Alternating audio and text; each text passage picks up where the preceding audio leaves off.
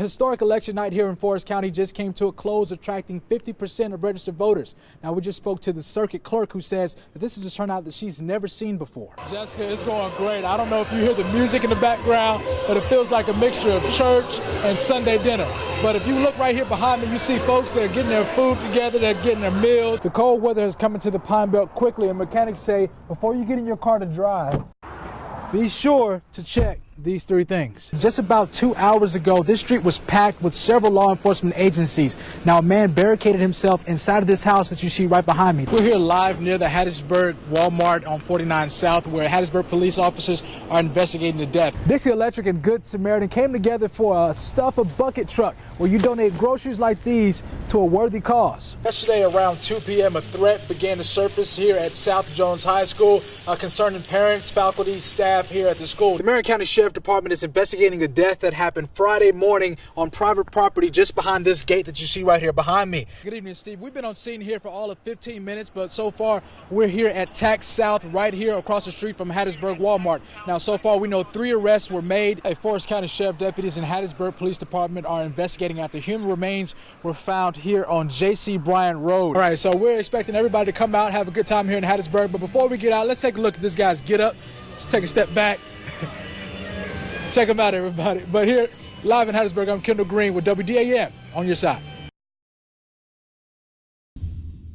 Bombshell allegations surface in the city of Columbia regarding protocol, procedure, and overall police department culture. Several questions have been raised after a letter from a police officer to the police chief was leaked to the public. That letter alleges the abuse of a man and questionable police procedures. We went straight to the chief of the department about the letter. He confirmed that he'd received it months ago, and he investigated the allegations himself. So you fully investigated this and found no... No, we found no, we cannot substantiate any of the statements that were made in this letter. In the letter, the officer alleges a man was zip-tied to a pole and hit with a yardstick so hard that it broke. The letter also claims the man had chair legs placed on his feet as someone sat in the chair, and his life was threatened with a gun. The letter also alleges an officer, while searching for the man, was instructed not to call out to dispatch because officers wanted to, quote, deal with him. Another statement from a different police officer within the department supported the allegations in the letter. We presented that statement to Chief Kelly, and he said it brought new information to light concerning his investigation. This letter that you presented to me today does raise questions that I would want answered. That statement alleges that the same individual referenced in the letter was hardly able to stand up and walk after being in police custody. The officer added that the man wasn't in that condition before his encounter with police. The reason why there's been no action is because there wasn't sufficient evidence for there to be action. I certainly believe by you presenting this to me, we are obligated to take a second look at it. We're obligated to, and we certainly will. We asked Chief Kelly if he would consider turning over his investigation to the state, and he's not ruling that out at this time. In Columbia, Kendall Green, WDAM, on your side. The cashier at the Valero gas station on 40th Avenue and Hardy Street in Hattiesburg says her Monday morning was going business as usual. That was until 2 robbers showed up hours into her shift. Now, she says she's grateful to be alive. As the bullet was coming at me, I actually thought I was gone. But he missed me, thank God. The cashier says around 2:30 Monday morning, 2 men rushed into her store. One robbed her at gunpoint, and it was all caught on camera. As it's happening, the first thing went through my mind was my child. Well, my kids. Still shaken up and startled, the cashier, a mother of 2 young kids, tells WDAM what happened. I had 2 black guys, both of them wearing bandanas and black jackets, come in. One pointed a gun and shot at me. He missed, thank God. Surveillance video shows the 2 men storming into the store, one man jumping over the counter with his gun drawn demanding cash, and the other on lookout by the front door. Came in, made me open the register. As I opened the register, he took the little change that was in there and he ran out the door. According to surveillance, the entire robbery took all of 30 seconds from the moment they entered the business to when they fled the scene. Now Hattiesburg police are looking for the 2 suspects involved in the crime. If you know anything, contact police. In Hattiesburg, Kendall Green, WDAM, on your side. Jesse Dominique Jefferson says he vividly remembers the day an officer with the Columbia Police Department abused him and threatened him with his life while he was in police custody. He slid a box out from under his desk. He pulled out a revolver gun Jefferson's account of the alleged abuse mirrors the content of a letter written by a CPD officer to the police chief. He grabbed his chair. He brought his chair over there and sat it on the tip of my feet and sat in the top of it like this right here and was bouncing up and down on it. Then he put the gun to my head. We showed Jefferson the picture of the gun the officer allegedly used to threaten him, and Jefferson said he immediately recognized it. Yeah, that's that gun. That's on I don't even need to look at it no more, bro. That's on my soul, that's that gun. Jefferson says the threat had him fearing for his life. What makes you think I won't kill you and say you reach for my gun?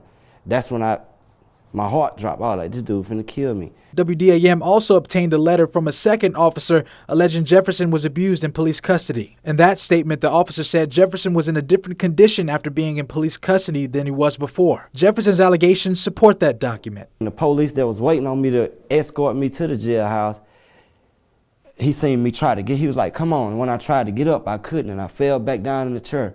Jefferson says he wants justice for what happened, not just for himself, but for anyone else that this may have happened to. Chief Kelly of Columbia PD says since the allegations have surfaced, he's gotten other officials involved. We asked the Mississippi Bureau of Investigation to send some investigators down to look at everything that we had in our case file. We've spoken again to our local district attorney investigators. Kelly says he's reopening an internal investigation and has requested additional assistance to hold the department accountable. We take it very seriously, and we want the truth, and we're not going to stop until we know that exactly what happened, until we know the truth. Chief Kelly added that if the allegations are true, the officer or officers involved will be severely punished. Myself, this mayor, this board, we will not tolerate actions by police officers that was described to us by this alleged victim. It will not be tolerated. In Columbia, Kendall Green, WDAM, on your side. Some students at Columbia High School, through their school's partnership with Ferguson Credit Union, are getting the opportunity to learn how to manage money at an early age. The students that operate the credit union open checking accounts, saving accounts, manage loans, among other things. The president of the credit union's board of directors says they're adamant about equipping students with financial literacy and management early on. Before they get out in the world and start interacting with financial instruments that no doubt will shape their very future. The sooner you learn how to use and interact with financial instruments, the better. Students say through the program, they're walking away with a great wealth of knowledge that they'll be able to use for the rest of their lives. Miss Kathy, she actually taught me how to open up accounts and how to like do loans and stuff like that with saving, and she actually taught me myself how to manage money and save. Jennifer Stringer, a student at Columbia High School, says her biggest lesson was about the seriousness of privacy. Confidentiality is one of the biggest things. That was what we were taught all through our practice and everything that we do. Confidentiality is what makes a credit union and a bank roll smoothly. Jade Sleemaker says, aside from learning about the importance of privacy, she was taught about the significance of maintaining a good and professional reputation. Be respectful, because they're not going to want to come in here if we're not respectful to them, and then therefore they're going to share it with their friends, and it's not going to be successful like we need it to be. Drayton Purvis adds that he's glad that Columbia High School has taken an out-of-the-box approach to provide a more meaningful component to their education. I'm just grateful that Columbia High School grants us opportunities like this to further our education, and not only academics but financial literacy as well. The principal at the school says he hopes that this program will become a catalyst for programs like it in the future, both throughout the state and the country. We hope that a lot of high schools will come and visit so we can show the awesomeness of our kids and our credit union, and hopefully they want to replicate this model. Reporting in Columbia, Kendall Green, WDAM, on your side. Tuesday, the date of a historical and controversial election here in the state of Mississippi, a woman received a lot of attention for giving her grandson what she calls a valuable lesson. Claudia Bivens invited her 8-year-old grandson to the polls in an attempt to teach him about the importance of voting and the history of voter suppression. I saw it as an absolute opportunity to teach him some things that I would love for him to be able to teach his children. Part of her attire caught many by surprise. She wore a Confederate flag on her shoulders along with a red noose while voting. The flag was draped over my shoulders, representing the burden that racism places on my shoulders And if my shoulders are burdened down, everybody else's shoulders are burdened down too. Afterwards, she took the flag and laid it across the grave of the late civil rights leader Vernon Damer. He was killed in his home by the members of the KKK for trying to fight for black voting rights in the 60s. So the laying down on the flag represented laying down the past. Let it die. Kill it from the root. Bivens says her actions were spontaneous. She adds that she didn't suspect it would have a negative impact on the family. I have so much respect for that family, and I would never intentionally do anything to cause them any type of grief. They went through too much. Dennis Damer, the son of the late civil rights leader, says he gets her message and he thinks that it's important that she shared it. We want it made quite clearly that we support what that lady did, okay? The only part that we had a problem with was her actually putting the flag on the grave. He adds that communication with the family beforehand could have prevented any misunderstanding. If she would have contacted us, we'd have, we told her we didn't want her to do that, and I believe she would not have done it. And he would like to see her continue her fight to educate young voters and eradicate voter suppression in the state of Mississippi. We commend the lady. I hope she continues to speak out about how she feels about things, and I look forward to having the opportunity to meet her one day in person. She says while her methods may have been extreme, her motives were pure. But reporting in Hattiesburg, Kendall Green, WDAM, on your side. My most prized possessions was sitting in our truck, and that was my kids. About a week ago, Leslie Johnson and her family woke up to a sight they could never imagine. Their home was up in flames, and they say they vividly remember it all. Just as I laid down, our youngest come running down the hall into the room screaming, "My room's on fire, my room's on fire." So my husband jumped up and took off running, and I ran out behind him. Firefighters responded to the fully engulfed home and did all they could to put out the flames. They kept ready on bringing in more trucks, and they fought it hard and long. Well, it wasn't able to save it. They was able to save the camper in the backyard, but we lost the home and everything that we had in it. Johnson says members of her family were devastated, but she was just grateful they all made it out alive. And Mama, my things, my toys, my books, my school stuff, but I couldn't save it. I love my house. I loved it. We've been here 6 years, but my babies were safe, and that's all that mattered to me.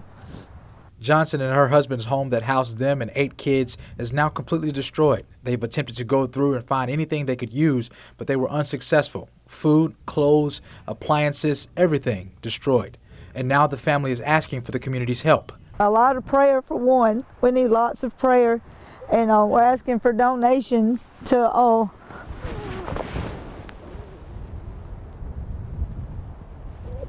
It's okay, baby. But we're asking for donations to help get us a place to live.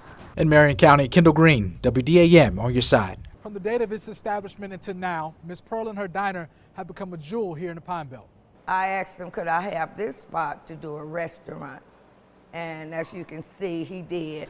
And from that time on, Miss Pearl committed her restaurant to excellent service, good food, and a welcoming atmosphere to anyone who walked through her doors. In fact, her restaurant, in a way, has become training ground for young people. One day, a man with the Southern Mississippi Planning District of Development walked into her restaurant and asked if she would be willing to give some young men a chance. And he said he has some young people that he would like for me to hire here in this establishment if I was willing. Miss Pearl couldn't refuse, so she put them to work. She said she wanted them to walk away with more experience than they had when they showed up. I wanted him to learn how to fry, how to make a banana pudding, how to make cornbread, and now Kaylin leads my steam table. Miss Pearl says her passion stemmed from her career in the school system. By me being an educator, I love kids, I love education, I love giving people a chance, because that's how I got here.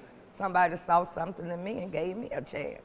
Teaching was her passion, and cooking was her recipe. Kaylin McGee, a young man in the program, says with the help of Miss Pearl and others, he was able to pass the self-serve test, a critical exam in food service. I passed the test the first try, and it was amazing for me. I was happy. Endowed with proper training, education, and experience, he says because of Miss Pearl's guidance, he has some new plans. The goal is to actually travel and actually might become a chef, you know. I've actually liked the thing of cooking now. Ms. Pearl says it's a personal duty to build up her community. We all got a part in helping southern Mississippi or any parts of Mississippi. And for that, McGee says he's grateful. I would tell Ms. Pearl I really love her, and I thank her for everything she did for me. And I really thank her for helping me throughout my life for this. Ms. Pearl says she plans to build up her family, her community, and her diner one day at a time. But reporting in Laurel, I'm Kendall Green with WDAM on your side. For Hank Graham, a man who spent his entire life outdoors, this is an extraordinary opportunity. I've hunted all my life. Hunted, fished, just big outdoorsman. You know, and I lost my legs 3.5 years ago, so, I thought that was the end of it, you know, but it's not. Hope Outdoors held a hunting event for people with disabilities who can't hunt on their own. An organizer says their efforts are to spread hope and inspire the disabled members of their community. They're just so excited. I mean, we have hunters that's never been able to get out in the woods and hunt. Our community has just really come together. Volunteers from the area offered their guns, vehicles, and land to give participants a memory that will last a lifetime. Hope Outdoors has so much equipment. We have tank track chairs. We have all kind of shooting devices that will actually allow the hunter to shoot the device without actually holding the device. Being around people who struggle with the same battles has inspired many who chose to participate. It was a way to develop special bonds and at the same time learn different ways to overcome their obstacles. I've already learned so many things from other people in wheelchairs on, you know, different ways to get around and different devices that are available. So it's just an amazing time. Hank says hunting again makes him feel empowered, reconnecting with an element of his life that he feared he'd never get back. He says the opportunity is a blessing and it changes his perspective. Get out, be out here in the outdoors again. I do it, but I do it different. And that's the joy of it, you know. I mean, like I said, there's others worse than I am. In Columbia, Kendall Green, WDAM on your side. Today here at Seminary Schools, there's only one goal in mind for students and staff, and that's suicide prevention. The staff held an assembly with guest speakers and organized a march to raise awareness of suicide. Megan Clark, a head basketball coach in seminary, talked to us about their goal. It's prevention for suicidal thoughts. It's also support for those who have lost loved ones due to suicide. She says the problem hits home for her and her students. I had some kids that actually experienced it. And you have some kids that come up to you and say, hey, I might have been cutting my wrist, or I feel like this, or I feel like that. The principal at Seminary Middle, when he first began his work there, says it was a key issue parents wanted fixed. When I first got here, the parents kind of talked to me about bullying and the number of suicides that have happened here in the past. And from that day, I said, not on my watch. We're going to do everything we can to prevent that from happening again. Another teacher in the district recalls the feeling she got when she got the news about one of her students committing suicide. You can't put that feeling into words. It's a sickening feeling. It's like your heart falls into the bottom of your stomach. A student at seminary says her first encounter with suicide was as early as the 2nd grade. My dad checked me out and he told me, that one of my close friends,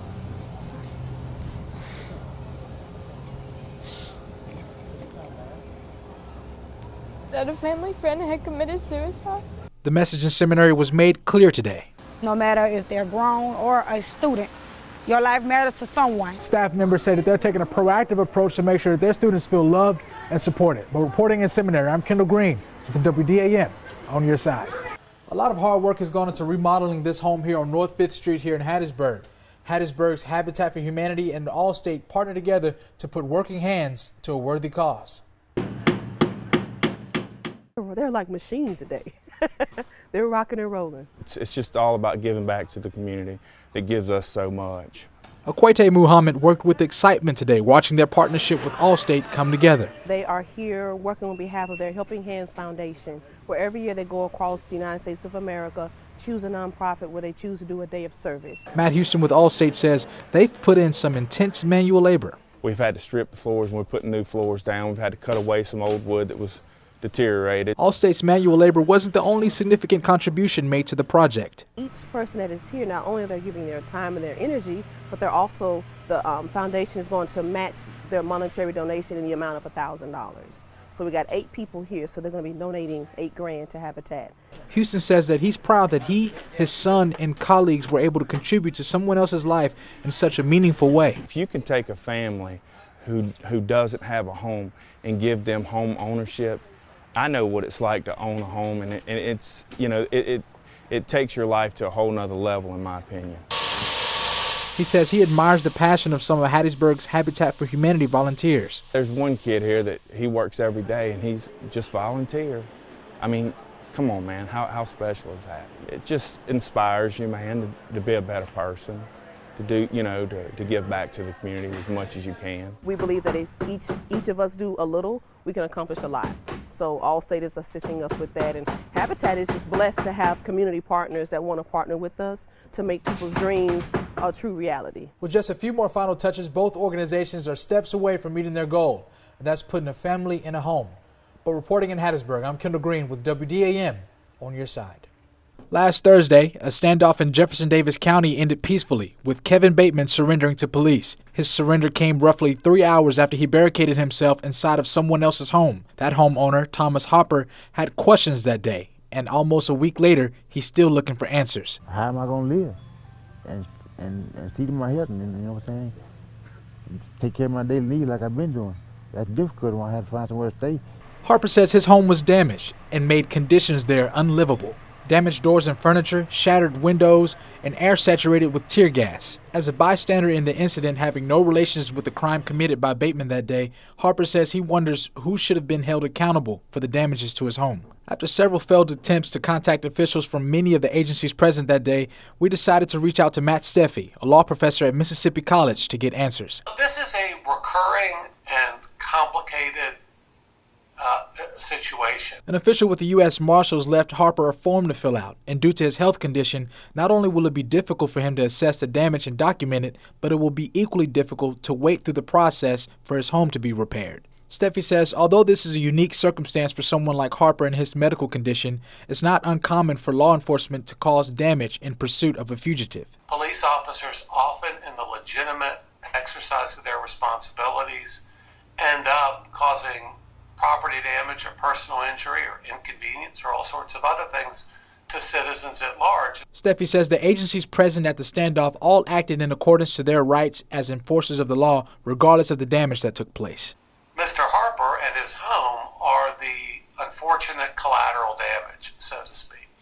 But as far as a common progression is concerned, things remain unclear. Steffi says much of Harper's losses closely resemble circumstances where victims experience damages after high pursuit situations that occur in the public. And there's not an obvious, easy, fully satisfactory remedy. I think this is a hidden cost of law enforcement. I think that this is something that it doesn't often get the public's attention. I think Mr. Harper's case is a good example of that.